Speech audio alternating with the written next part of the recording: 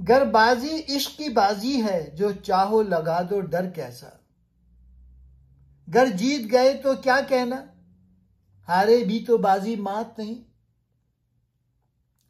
फैज किया इश्क सिर्फ रूमानी जज्बा नहीं, बल्कि इनकलाबी आज़ादी और अवामी जद्दोजहद का इस्तारा है।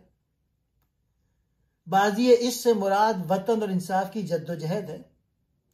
चाहे इनकलाबी जीत जाए या कैद व मुश्किलात का शिकार हो, दोनों ही सूरतों में वो फतहमंद है, क्योंकि हारने के बावजूद वो अपने मकसद के लिए कुर्बानी दे चुका है, और यही सबसे बड़ी कामयाबी है।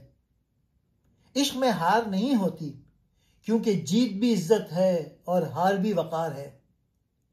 यहां फैज का पैगाम है, चाहे इश्क हो या जद्दोजहद, असल जीत कुर्बानी और इस्तिकामत में है। फैज कहते हैं, अगर इश्क को एक खेल या बाजी समझा जाए तो फिर सब कुछ दांव पे लगा देना चाहिए, इसमें डरने की कोई बात नहीं।